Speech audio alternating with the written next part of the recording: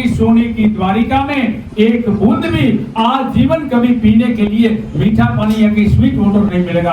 आपकी नगरी का पानी हमेशा के लिए नमकीन वाला सोल्टी, गुजराती में बोलूं तो पानी खारो थी जैसे। आज भी दुर्वासा ऋषि के ये श्राप के कारण ये द्वारिका नगरी में आप कुआं करो, बोरिंग करो, हैंडपंप बिठाओ, कितना भी बारिश गिरे, मगर ये भूमि में से जो जल निकलता है वो समुद्र नारायण का खारा। ये जो स्टोन है, जिस स्टोन से ये मंदिर बना हुआ है वो दिखाता हूँ आपको। आपको पता चल जाएगा कि कितना पुराना मंदिर है। ये देखिए। हर हर महादेव दोस्तों, राधे राधे। सो गाइस, भारत यात्रा की सीरीज़ में मैं अभी पहुँचा हूँ द्वारका, और आज के इस वीडियो में मैं आपको दिखाने वाला हूँ द्वारका का रुक्मणी मंदिर। और गाइस, मैं अभी पहुँच चुका हूँ रुक्मणी मंदिर। ये देखिए आप।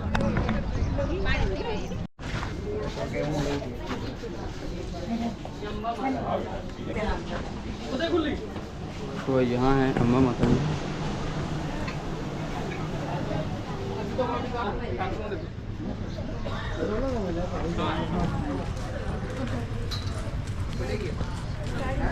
तो मैं आ गया हूँ मंदिर के अंदर, और यहाँ ये देखिए ये है मंदिर।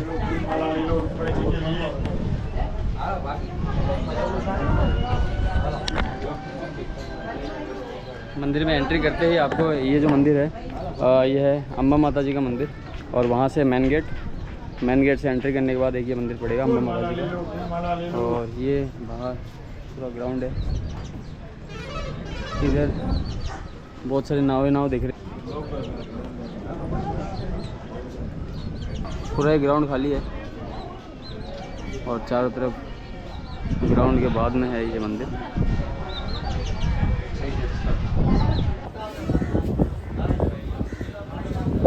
यहाँ पास में बालाजी का मंदिर भी है।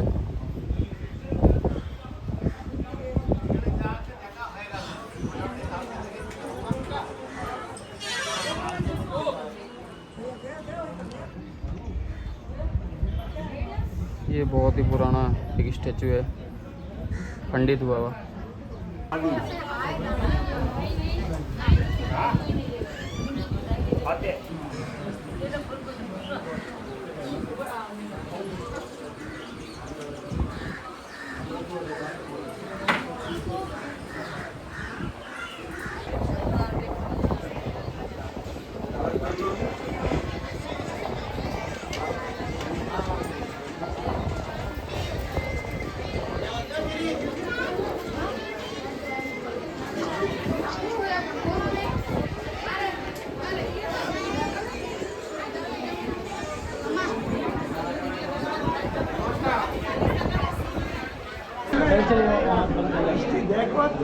मगर पीछे पापा बोल रहे हैं वहाँ तो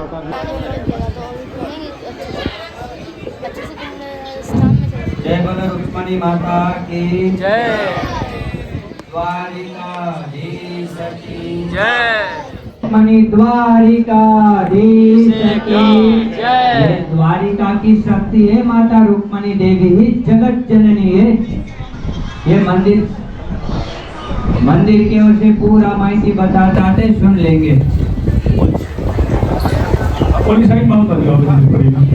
हनुमान जी ना सामने आ भी जाओ, बनता है। हनुमान जी सामने आता हूँ।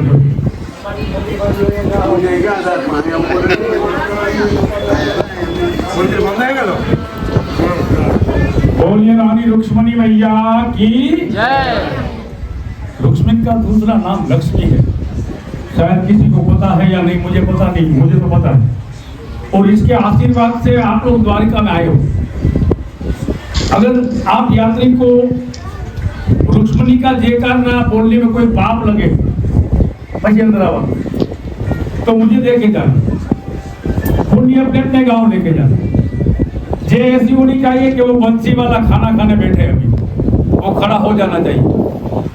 एक बात दिल खोल के अंदर से, क्योंकि रुक्मणी के आशीर्वाद से, लक्ष्मी के आशीर्वाद से आप लोग यहाँ आए। अगर लक्ष्मी की कृपा नहीं तो घर से एक कदम बाहर भी नहीं निकल पाते। और इसका जयकारा बोलने में अगर कोई सर्व संकोच हो तो वो एक साइड में छोड़ देना।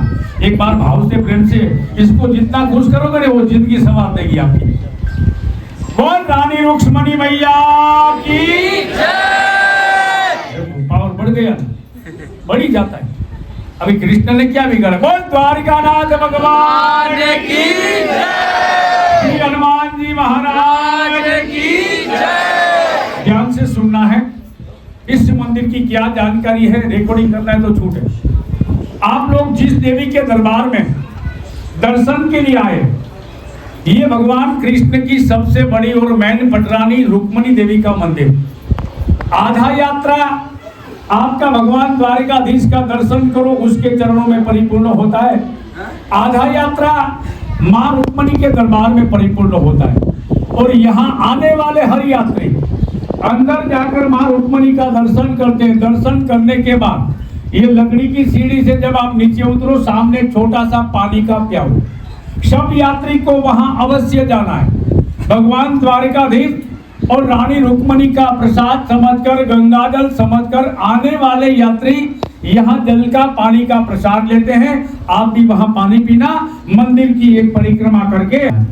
दूसरा और मेन कार्य ये मंदिर में यहाँ जल का, पानी का दान, मगर वो आप लोगों के लिए नहीं, आपके घर में, आपके परिवार में, 7 जनरेशन में अगर कोई छोटा बड़ा, दादा दादी, माता पिता, भाई बहन, बेटा बेटी, चाचा चाची मौत से बेमौत से गुजर गए, किसी ने द्वारिकाधीश और माता रुक्मणी की यात्रा किया, किसी ने नहीं भी किया, सर्व पितृ शांति अर्थे और अपनी द्वारका यात्रा की कामना के लिए ये देवी के दरबार में लोग जल का, पानी का दान करके जाते हैं। करना कोई जरूरी भी नहीं है, मगर ये मंदिर में पानी का ही दान क्यों होता है? इसका कारण यह है कि भगवान कृष्ण ने रुक्मणी देवी का महाराष्ट्र अमरावती शहर कौंडल्यपुर करके गांव और राजा भीष्मक की इस कन्या का भगवान कृष्ण हरण करके रुक्मणी देवी को ये द्वारिका नगरी में लेके आए।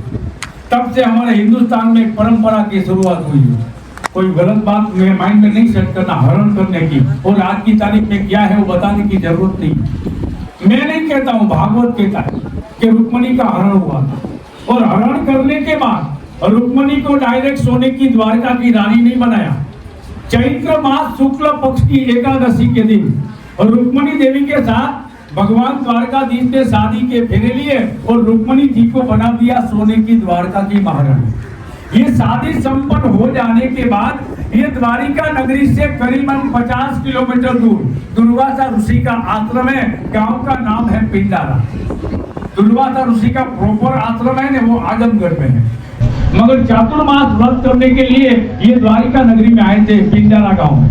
तो कृष्ण रुक्मणी सज धज कर अपने रथ में विराजमान होकर ये दुर्वासा ऋषि के आश्रम पे गए और वहां जाकर दुर्वासा ऋषि को अपनी सोने की द्वारिका में भोजन प्रसाद का निमंत्रण दिया।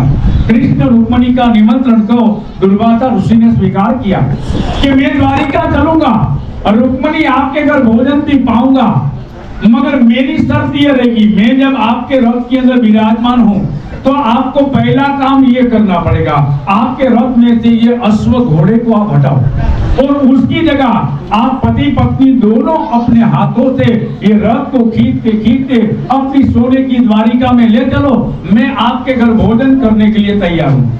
शास्त्र में बताया गया भगवान ब्राह्मण प्रिय। दुर्वासा ऋषि की आज्ञा का भगवान ने पालन किया।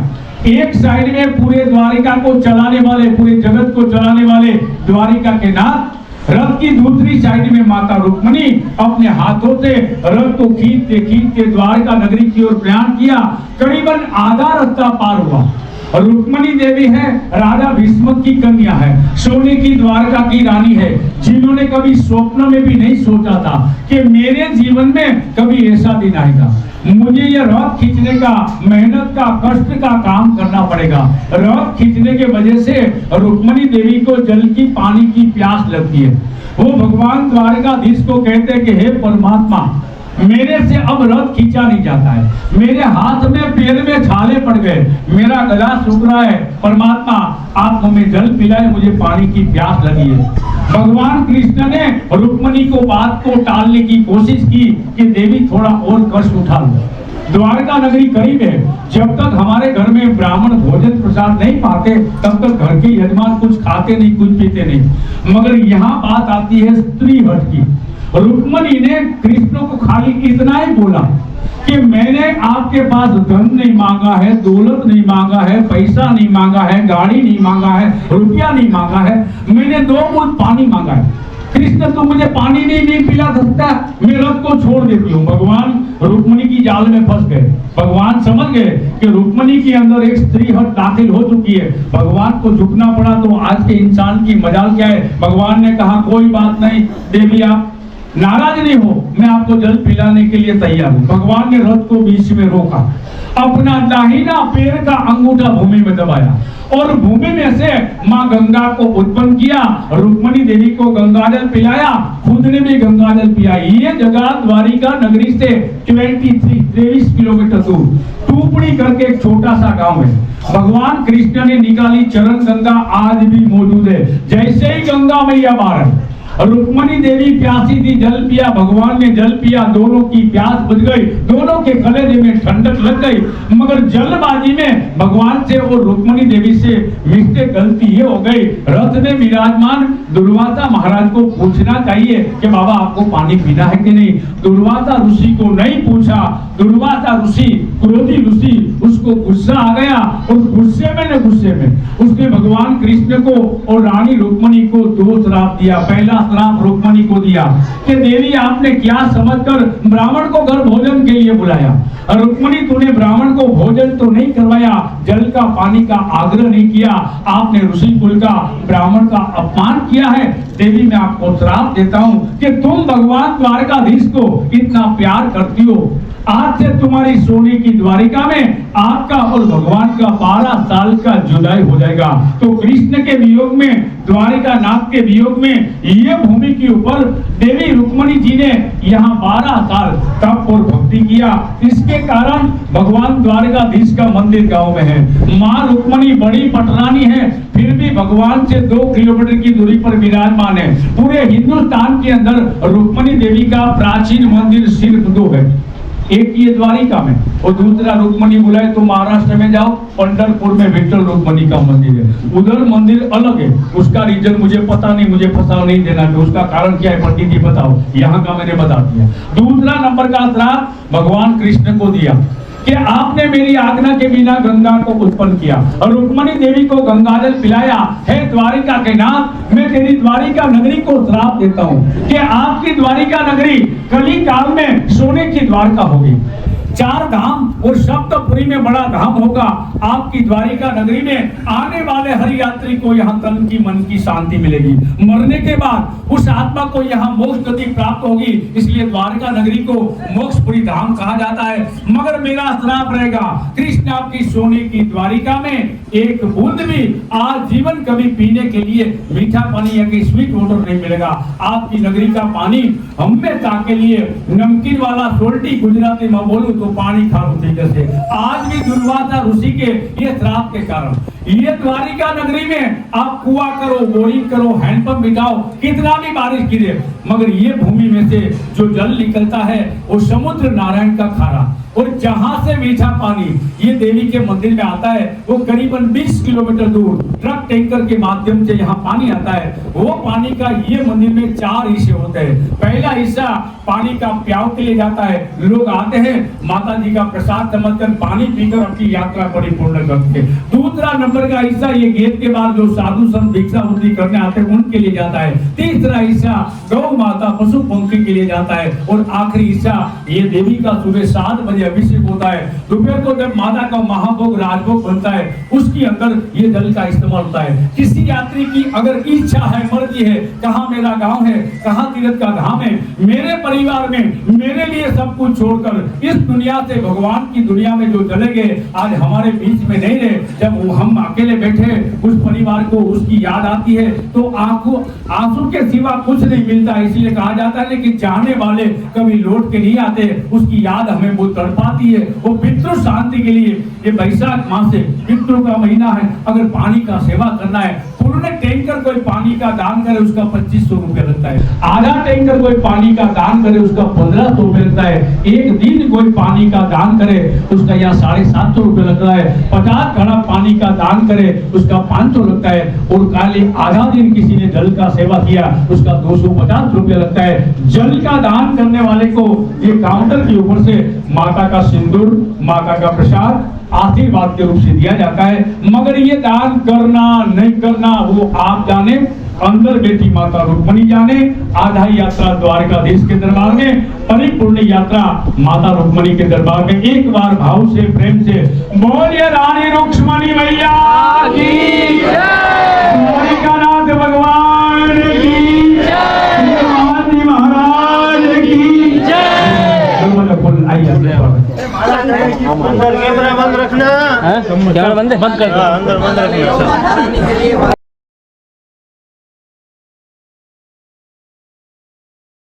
मंदिर में वास्तव में सुंदर और पुरानी नक्काशी के साथ एक शिखर है। शिखर पर भगवान श्री विष्णु जी के कुछ चित्र हैं और साथ ही हाथी के चित्र भी हैं।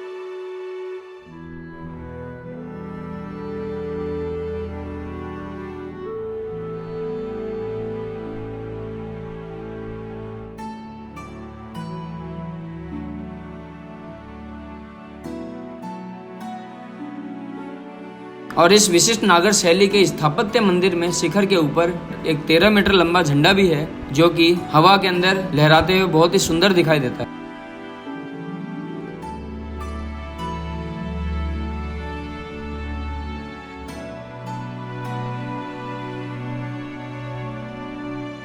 यह मंदिर द्वारका शहर के सीमा के बाहर स्थित है और द्वारकाधीश मंदिर से लगभग 2 किलोमीटर दूर है।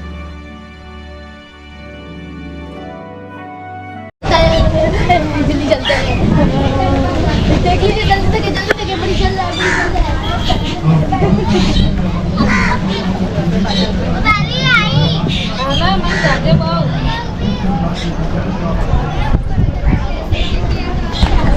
सो गाइस, अभी आपने मंदिर में दर्शन किया और मैं अभी मंदिर के पीछे हूँ। ये देखिए, ये है मंदिर, मेन मंदिर।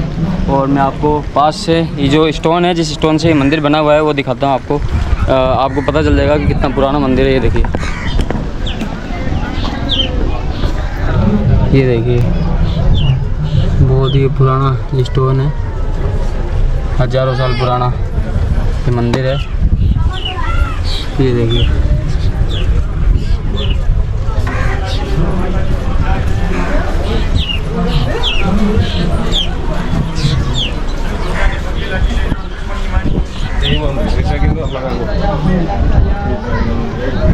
ये देखिए सारे जितने भी है ये स्टैचू जो बनाए हुए थे, मंदिर की जो नक्काशी की गई थी। ये देखिए, ये पूरा खंडित हो गया है पूरा।